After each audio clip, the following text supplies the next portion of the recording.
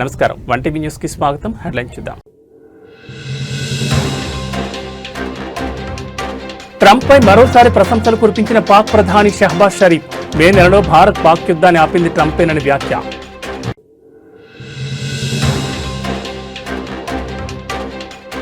ఐదు రాష్ట్రాల్లో Telangana cyber bureau mega operation. 95 కోట్లు మోసం చేసిన 81 మంది అరెస్ట్.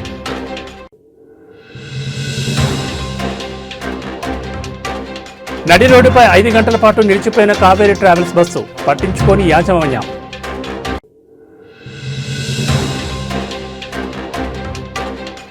తిరుమలలో భక్తుల రద్దీ. శ్రీవారి దర్శనానికి 24 గంటల సమయం. తెలంగాణ అభివృద్ధికి ఉమ్మడి రాష్ట్రంలో నాటి ముఖ్యమంత్రులు చంద్రబాబు, వైఎస్ రాజశేఖర రెడ్డి అవలంబించిన విధానాలను తమ ప్రభుత్వం కొనసాగిస్తోందని ముఖ్యమంత్రి రేవంత్ రెడ్డి పేర్కొన్నారు. వారి హయాంలో ఐటీ, ఫార్మా రంగాలకు విశేష ప్రాధాన్యం దక్కిందని గుర్తు చేశారు. ఐటీ రంగానికి నేదురుమల్లి జనార్దన్ రెడ్డి వేసిన పునాది హైదరాబాద్ అభివృద్ధిలో కీలక పాత్ర పోషించిందని రేవంత్ పేర్కొన్నారు.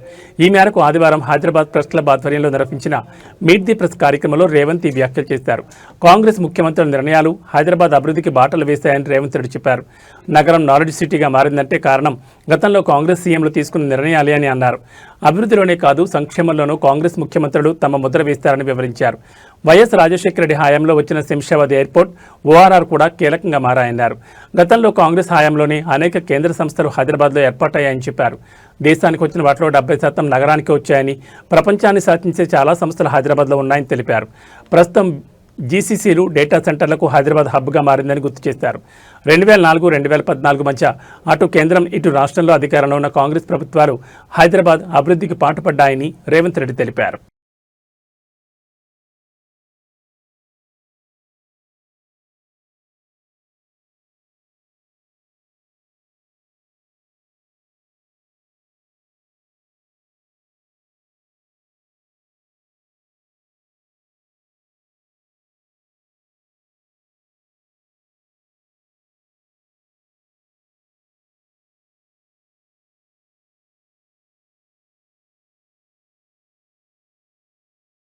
ఇక డీటెయిల్స్ చూస్తే తెలంగాణ సైబర్ సెక్యూరిటీ బ్యూరో దేశవ్యాప్తంగా సంచలనం సృష్టించిన భారీ ఆపరేషన్ను విజయవంతంగా పూర్తి చేసింది. 5 రాష్ట్రాల్లో ఏకకాలంలో దాడులు నిర్వహించి 95 కోట్ల మేర మోసాలకు పాల్పడిన 81 మంది సైబర్ నేరగాళ్లను అరెస్ట్ చేసింది. వీరిపై దేశవ్యాప్తంగా 754 కేసులున్నట్లు అధికారులు గుర్తించారు. సైబర్ నేరగాళ్ల కదలికలపై నిఘా పెట్టిన cyber security bureau Andhra Pradesh, Kerala, Maharashtra, Tamil Nadu, Karnataka రాష్ట్రాల్లో ఏకకాలంలో దాడులు చేపట్టింది. ఈ ఆపరేషన్లో మొత్తం 81 మందిని అదుపులో తీసుకుంది. అరెస్ట్ అయిన వారిలో 17 మంది ఏజెంట్లు, 7 మహిళలు, 58 మంది మ్యూల్ ఖాతాదారులు ఉన్నారు. నిందితుల నుంచి 84 సెల్ ఫోన్లు, 101 సిమ్ కార్డులు, 89 బ్యాంక్ పాస్బుక్లు, చెక్ బుక్లను పోలీసులు స్వాధీనం చేసుకున్నారు. ఈ ముఠా సభ్యుల బ్యాంక్ ఖాతాల్లో ఉన్న కోట్లాది రూపాయల నగదును సైబర్ సెక్యూరిటీ బ్యూరో అధికారులు ఫ్రీజ్ చేశారు. చట్టపరమైన ప్రక్రియ పూర్తి చేసిన తర్వాత ఈ మొత్తాన్ని బాధితులకు తిరిగి అందజేయనున్నట్లు వారు వెల్లడించారు. ఈ అరెస్టులతో దేశంలోని అనేక సైబర్ నేరాలకు అడ్డుకట్టపడినట్లయిందని అధికారులు తెలిపారు.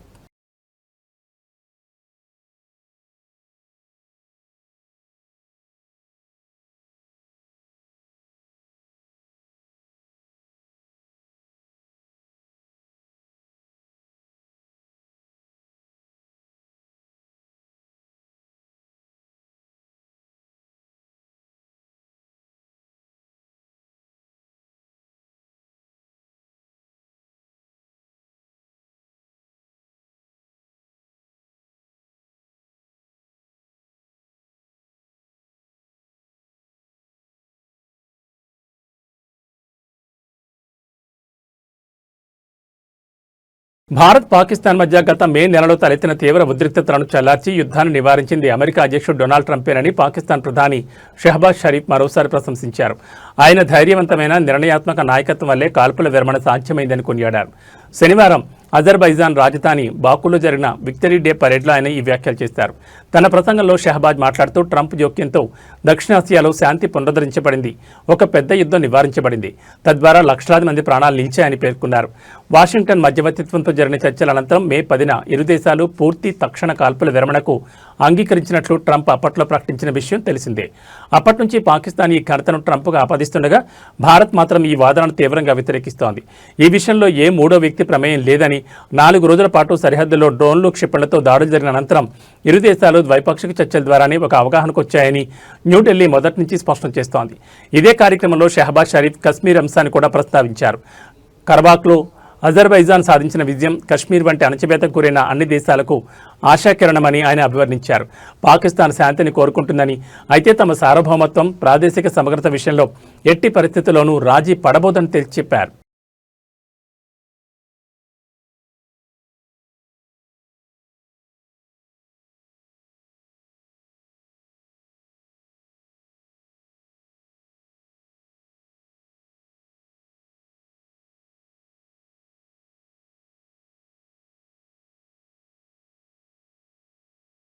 ఎన్డీఏ తరపున బీహార్ ఎన్నికల ప్రచారంలో పాల్గొంటున్న ఏపీ విద్యాశాఖ మంత్రి నారా లోకేష్ కేంద్ర విద్యాశాఖ మంత్రి ధర్మేంద్ర ప్రధాన్తో పాట్నాలో సమావేశమయ్యారు. బీహార్ ఎన్నికల నేపథ్యంలో ఈ భేటీకి ప్రాధాన్యత ఏర్పడింది. ఇది కేవలం మర్యాదపూర్వక సమావేశమేనని లోకేష్ వెల్లడించారు. ఈ భేటీకి సంబంధించిన వివరాలను ఆయన స్వయంగా పంచుకున్నారు. బీహార్ బీజేపీ ఎన్నికల ప్రచార బాధ్యతలు చూస్తున్న ధర్మేంద్ర ప్రధాన్తో మర్యాదపూర్వకంగా భేటీ అయినట్లు లోకేష్ తెలిపారు. బీహార్లో ఎన్డీఏ కూటమి విజయం కోసం ప్రధాన్ అహర్నిశం శ్రమిస్తున్నారని ఆయన కొనియాడారు. గత ఏడాది జరిగిన హర్యానా, ఒడిశా ఎన్నికల్లో బీజేపీ గెలుపులో ప్రధాన్ కీలక పాత్ర పోషించారు. ఇప్పుడు బీహార్లో మరోమారు ఎన్డీఏ సర్కార్ను గెలిపించేందుకు ఆయన చేస్తున్న నిర్మాణాత్మక కృషిని ఈ సందర్భంగా అభినందించారని లోకేష్ పేర్కొన్నారు. మరోసారి ఎన్డీఏ ప్రభుత్వం అధికారంలోకి రావడం ఖాయమని నారా లోకేష్ ధీమా వ్యక్తం చేశారు. ప్రజలు ఎన్డీఏ పాలన వైపే మొగ్గు చూపుతున్నారని, ఎన్నికల ఫలితాలు కూటమికి అనుకూలంగా ఉంటాయని విశ్వాసాన్ని వ్యక్తం చేశారు.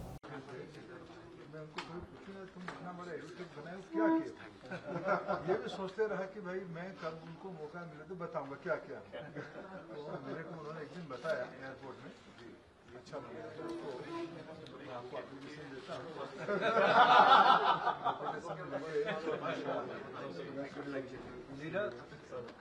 Good thing in the host history today morning somebody told me 40 years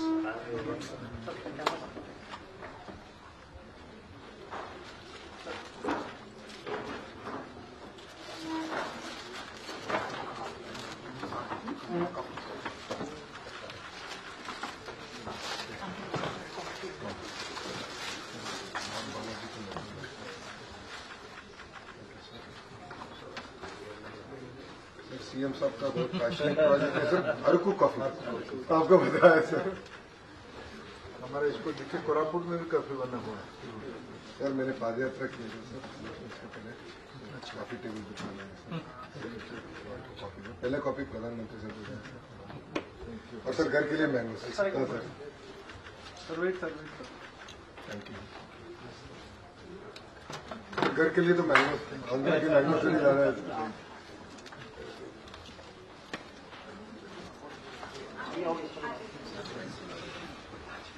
वहीं बैठते फिर हम आते हैं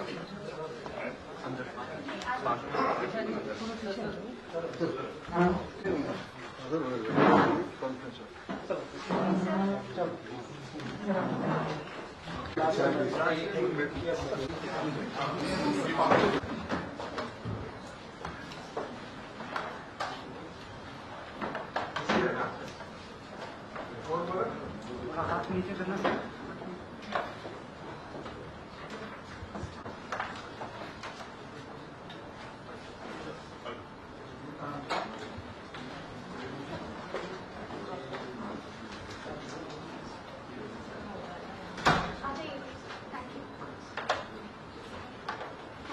తిరుమలలో భక్తుల రద్దీ కొనసాగుతోంది. వైకుంఠం క్యూ కాంప్లెక్స్లోని అన్ని కంపార్ట్మెంట్లు నిండిపోయి శిలాతోరణ వరకు భక్తులు క్యూ లైన్లో వేచి ఉన్నారు. ఇక టోకెన్ లేని భక్తులకు సర్వదర్శనానికి సుమారు 24 గంటల సమయం పడుతోంది. అలాగే నిన్న శ్రీవారిని 80,560 మంది భక్తులు దర్శించుకోగా 35,195 మంది తలనీలాలు సమర్పించారు. ఇక శ్రీవారి హుండీ ఆదాయం 3.22 కోట్లు వచ్చింది. మరోవైపు ప్రఖ్యాత పారిశ్రామికవేత్త ముఖేష్ అంబానీ తిరుమల శ్రీనివాసుని దర్శించుకున్నారు. సుప్రభాత సేవలో పాల్గొని స్వామివారిని దర్శించుకున్నారు. దర్శనానంతరం ఆలయ అధికారులను కలిసి వేద ఆశీర్వాదం తీసుకున్నారు.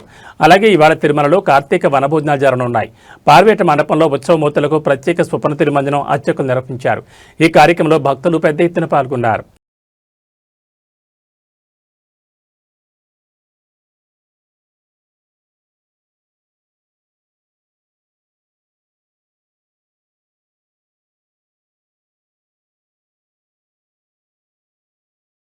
ప్రైవేట్ ట్రావెల్స్ యాజమాన్యం నిర్లక్ష్యం కారణంగా ప్రయాణికులు సుమారు 5 గంటల పాటు నరకయాతన అనుభవించారు. తిరుపతి నుంచి హైదరాబాద్ వెళ్తున్న బస్సు అర్ధరాత్రి నడు రోడ్డుపై ఆగిపోవడంతో మహిళలు, చిన్నారులతో సహా 36 మంది తీవ్ర ఇబ్బందులు గురయ్యారు. ఈ ఘటన బాపట్ల జిల్లాలో చోటు చేసుకుంది. పోలీసులు అందించిన వివరాల ప్రకారం వి కావేరి ట్రావెల్స్ చెందిన బస్సు 36 మంది ప్రయాణికులతో తిరుపతి నుంచి హైదరాబాద్కు బయలుదేరింది. శనివారం అర్ధరాత్రి దాటిన తర్వాత సంతమాగులూరు మండలం ఏల్చూరు వద్దకు రాగానే బస్సులో సాంకేతిక లోపం తలెత్తింది. దీంతో బస్సు ఒక్కసారిగా నడి రోడ్డుపై నిలిచిపోయింది. ఏం జరిగిందో తెలియక డ్రైవర్లు వెంటనే తమ యాజమాన్యానికి సమాచారం అందించారు. ప్రయాణికుల ఆందోళనతో డ్రైవర్లను ప్రశ్నించగా చిన్న సమస్యనని త్వరలోనే సరిచేసి బయలుదేరుతామని చెప్పారు. సమస్య పరిష్కారం కాకపోతే మరో బస్సును ఏర్పాటు చేస్తామని నచ్చ చెప్పారు. దీంతో ప్రయాణికులు బస్సులోనే నిద్రకు ఉపక్రమించారు. అయితే గంటలు గడుస్తున్నా బస్సు కదలలేదు. ప్రత్యామ్నాయ ఏర్పాట్లు కూడా చేయలేదు. తెల్లవారుజాము కావస్తున్న యాజమాన్యం నుంచి ఎలాంటి స్పందన లేకపోవడంతో ప్రయాణికులు సహనం నశించింది. ముఖ్యంగా మహిళలు, చిన్నారులు తీవ్ర అవస్థలు పడ్డారు. చేసేదేమీ లేక చివరకు పోలీసులకు సమాచారం అందించారు. వెంటనే ఘటనా స్థలానికి చేరుకున్న పోలీసులు ట్రావెల్స్ యాజమాన్యంతో మాట్లాడి ప్రయాణికులను వేర్వేరు బస్సుల్లో వారి గమ్యస్థానాలకు పంపించారు. బాధితులకు టికెట్ ఛార్జీలను వాపసు ఇప్పిస్తామని పోలీసులు హామీ ఇవ్వడంతో ప్రయాణికులు ఊపిరి పీల్చుకున్నారు.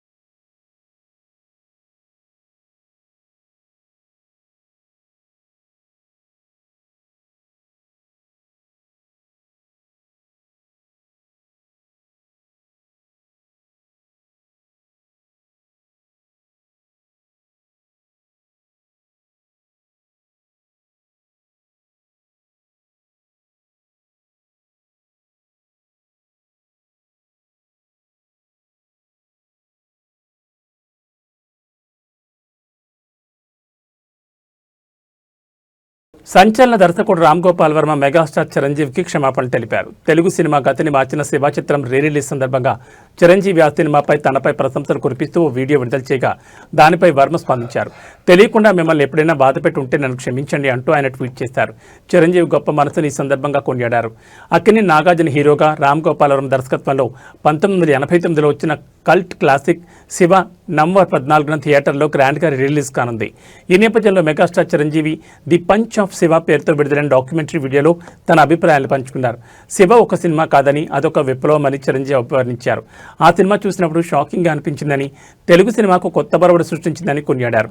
ముఖ్యంగా సైకిల్ చైన్ లాగే సన్నివేశాన్ని ఇప్పటికీ మర్చిపోలేనని, అదొక కల్ట్ సీన్గా తన మనసులో నిలిచిపోయిందని గుర్తు చేసుకున్నారు. నాగార్జున నటనలోని తీవ్రత, అమల, రఘువరన్ల పాత్రలు సినిమాకు ప్రాణం పోసాయని అన్నారు. ఈ సినిమా నేటి తరం కూడా చూడాలని, అప్పట్లోని ఎంతో ఆధునికంగా తీశారో తెలుసుకోవాలని చిరు ఆకాంక్షించారు. ఈ కల్ట్ క్లాసిక్ వెనుక ఉన్న ముఖ్యమైన వ్యక్తి రామ్ గోపాల్ వర్మేనని చిరంజీవి అన్నారు.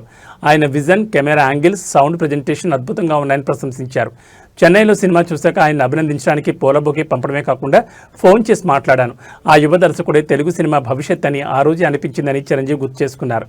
చిరంజీవి చేసిన ఈ ప్రశంసల వీడియోకి రామ్ గోపాల్ వర్మ స్పందిస్తూ గతంలో నా ప్రవర్తన పట్ల మనస్ఫూర్తిగా క్షమాపణలు తెలుపుకుంటున్నానంటూ ట్వీట్ చేశారు.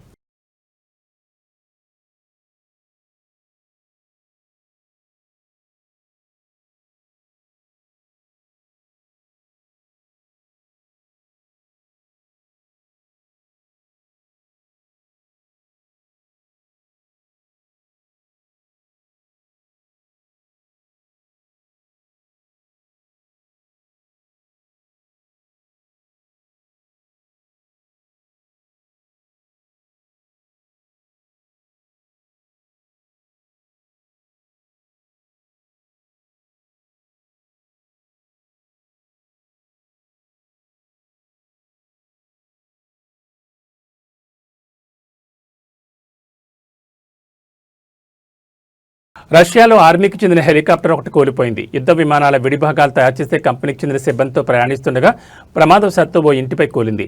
దీంతో మంటలు ఎగసిపడగా హెలికాప్టర్లోని 7 ప్రయాణికుల్లో 4 సజీవ దహనమయ్యారు. మిగిలిన 3కి తీవ్ర గాయాలయ్యాయి. సాంకేతిక లోపం కారణంగానే ఈ ప్రమాదం జరిగిందని సమాచారం. ఈ ప్రమాదానికి సంబంధించిన వీడియో ప్రస్తుతం సోషల్ మీడియాలో వైరల్గా మారింది. దక్షిణ రష్యాలోని డాగెస్తాన్ ప్రాంతంలో ఈ ప్రమాదం చోటు చేసుకుందని రష్యా మంత్రి యూరోస్లావ్ గ్లాజో తెలిపారు. ఈ హెలికాప్టర్లో రష్యాలోని కిజ్యార్ ఎలక్ట్రోమెకానికల్ ప్లాంట్కు చెందిన సీనియర్ సిబ్బంది ఉన్నారని ఆయన వెల్లడించారు. కాగా సుకోయ్ మరియు మిగ్ అటాక్ ఎయిర్క్రాఫ్ట్లకు అవసరమైన గ్రౌండ్ కంట్రోల్ మరియు డయాగ్నోస్టిక్ సిస్టమ్ను క్లిజ్యార్ ఎలక్ట్రోమెకానికల్ ప్లాంట్ తయారు చేస్తోంది.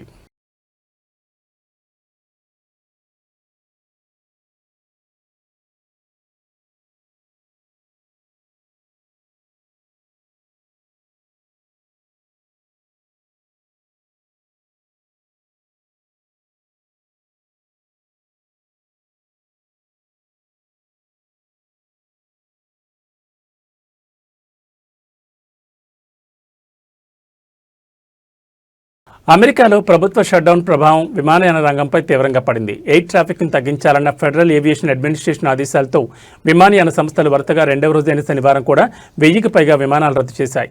దీంతో దేశంలోని ప్రధాన విమానాశ్రయాల్లో గందరగోళ పరిస్థితులు నెలకొన్నాయి. ఫ్లైట్ అవేర్ వెబ్సైట్ ప్రకారం నిన్న మధ్యాహ్నానికి 1000కి పైగా విమానాలు రద్దయ్యాయి. ముఖ్యంగా నార్త్ కరోలినాలోని షార్లెట్ విమానాశ్రయంలో అత్యధికంగా 130 విమానాలు రాకపోకలు నిలిచిపోయాయి. అట్లాంటా, చికాగో, డెన్వర్, నెవార్క్ వంటి ఇతర ప్రధాన ఎయిర్పోర్టుల్లో కూడా ఇదే పరిస్థితి కనిపించింది. న్యూయార్క్ నగర పరిసరాల్లోని విమానాశ్రయాల్లో సిబ్బంది కొరత కారణంగా విమానాలు ఆలస్యంగా నడిచాయి. షట్డౌన్ కొనసాగితే రానున్న రోజుల్లో రద్దయ్యే విమానాల సంఖ్య మరింత పెరిగే అవకాశం ఉందని అధికారులు హెచ్చరిస్తున్నారు. ప్రస్తుతం 40 విమానాశ్రయాల్లో 4% విమానాలు తగ్గించామని, మంగళవారం నుంచి ఈ సంఖ్యను మరింత పెంచి శుక్రవారం నాటికి 10% చేరుస్తామని FAA తెలిపింది. షట్డౌన్ కొనసాగి మరింత మంది ఎయిర్ ట్రాఫిక్ కంట్రోలర్లు విధులకు దూరమైతే మరిన్ని కోతలు విధించాల్సి వస్తుందని రవాణా శాఖ కార్యదర్శి సీన్ డఫీ హెచ్చరించారు.